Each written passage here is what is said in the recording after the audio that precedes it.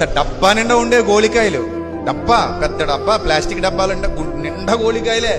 ఆటాలో మళ్ళీ ఓ 10 గోళికాయలు వచ్చినాయి అనుకోండి, ఆ రోజు ఇంక పండగ. అబ్బా అబ్బా అబ్బా అబ్బా 10 గోళీలు సంపాదించారు. ఇప్పుడు మీకు 10 గోళీలు ఇస్తే ఏం చేస్తారు? మరి బుద్ధిగా లేదంటే కానీ అప్పుడు మన ప్రపంచం ఏంటి? గోళీలే మన ఆస్తి. మళ్ళీ రావండి ఆ రోజులు. ఈయన 90s కిడ్స్గా ఇవన్నీ చూసాం మనం. ఇంక ఇప్పుడు పిల్లలంతా కళ్ళజోడు పిల్లలు వెళ్ళవు.